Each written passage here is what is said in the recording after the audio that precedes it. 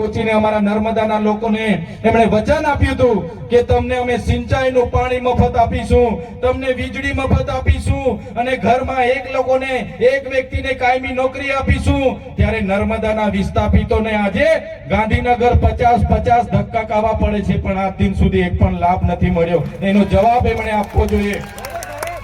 એમનો જવાબ કેમ નથી આપતા? આજે તુરખેડામાં જે મારા બેન હતા, એ બેન જ્યારે એને પ્રસૂતિની પીડા ઉપડી, એને ડિલિવરી માટે લઈ જવાનું હતું, એ ગામમાં રસ્તો નહીં હોવાના કારણે સાથીઓ ત્યાં 108 નહીં પહોંચી। 108 નહીં પહોંચી એ બેનને ઝોલીમાં લઈને ગામના આગેવાનો નીકળ્યા। 3 કિલોમીટર ચાલતા બેનનું રસ્તામાં પીડાથી તડપીને એનું મૃત્યુ થયું। એક નાના બાળકને જન્મ આપીને માતા ગુજરી ગયા। ત્યારે અમે ઘરે ગયા, એ બેનને મળ્યા, એના પરિવારને મળ્યા અને એ બેનના પરિવારનું નાનું બાળક અમે જોયું। જ્યારે એની દુઃખ અમે મહેસૂસ કરીએ છીએ, ત્યારે આ વિસ્તારમાં આવીને એ વિસ્તારના લોકોનો રોડ બને એના માટે અમે આવીને તમને રજૂઆત કરીએ છીએ। અહીંના નેતાઓ કહે છે કે ચૈતર વસાવા તુરખેડા કેમ આવ્યા? તો આ તુરખેડાના લોકોને આજ દિન સુધી તમે તમારા મત બેંક તરીકે ઉપયોગ કર્યો છે। એ બહેનોને ક્યારે તમે પોતાની બહેનો માની નથી, આ વિસ્તારના લોકોને ક્યારે તમે પોતાના લોકો માન્યા નથી, એટલા માટે જ આજે પણ તમે રસ્તા બનાવ્યા નથી। અને એ લોકોનું દુઃખ જ્યારે અમે મહેસૂસ કરીએ છીએ, ત્યારે અમે દોડતા આવીએ છીએ એમના દુઃખમાં સહભાગી થવા માટે। તમે કેમ ત્યાં નથી જતા? તમે કેમ રસ્તા નથી બનાવતા? ત્યારે એ નેતાઓને કહેવા માંગુ છું, બે દિવસે તમારી પોતાની બેન, જે દિવસે તમારી પોતાની દીકરી આ પ્રકારની એમ્બ્યુલન્સ ન પહોંચવાથી ઝોલીમાં લઈ જતા મૃત્યુ પામશે ને, તે દિવસે તમને ખબર પડી જશે કે આ વિસ્તારના લોકોનું દુઃખ શું છે। આ વિસ્તારના લોકોને જે હેરાનગતિ થાય છે, આજે અહીંયા કાંદા ગામ છે, કાંદા ગામના લોકોએ મને રજૂઆત કરી, સાહેબ અમારા ગામમાં આંગણવાડી નથી, બાળકોને બેસવા માટે આંગણવાડી નથી। વિચાર કરો આ પરિસ્થિતિ 30 વર્ષથી ભારતીય જનતા પાર્ટીનું શાસન છે, છતાં છે કોના પાપે?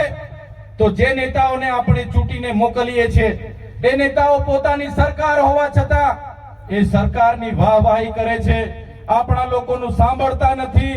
એ જાહેર વિસ્તારમાં નર્મદાનું પાણી મળે એના માટેની રજૂઆત હોય, નર્મદા વસાહતવાળાને વળતર મળે એની માટેની રજૂઆત હોય, આપણને સારા શિક્ષકો મળે એની માટેની રજૂઆત હોય, આપણા બાળકોને સારી શાળા મળે એની માટેની રજૂઆત હોય, આ વિસ્તારના બાળકોને કુપોષણ દૂર કરવાની રજૂઆત હોય। આ લોકોનું એમના સરકારમાં ચાલતું નથી। આ લોકો અહીંયા આવીને તમારી સામે દાદાગીરી કરે છે, પણ સરકારમાં આ લોકોનું ચાલતું નથી।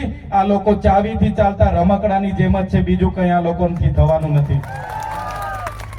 ત્યારે અમારી સભામાં જ્યારે મોટે ભાગેના લોકો આવે તો ભારતીય જનતા પાર્ટીના નેતાઓ એમના લાગતા વળગતા ભૂમાફિયાઓ, બુટલેગરો અમારા લોકોને ડરાવવાની વાત કરે છે, કહે છે કે ભાઈ આજે તમે ચૈતરભાઈ વસાવાની સભામાં કેમ ગયા હતા? કેમ તમે ભાષણ સાંભળવા ગયા? હવે તમને ઝૂંપડું નહીં મળશે, હવે તમે મનરેગામાં રોજગારી નહીં મળશે, અમે તમને જોઈ લઈશું। ડરાવે છે, ધમકાવે છે ને અમારો માણસ નબળો હોય એને મારી પણ દે છે।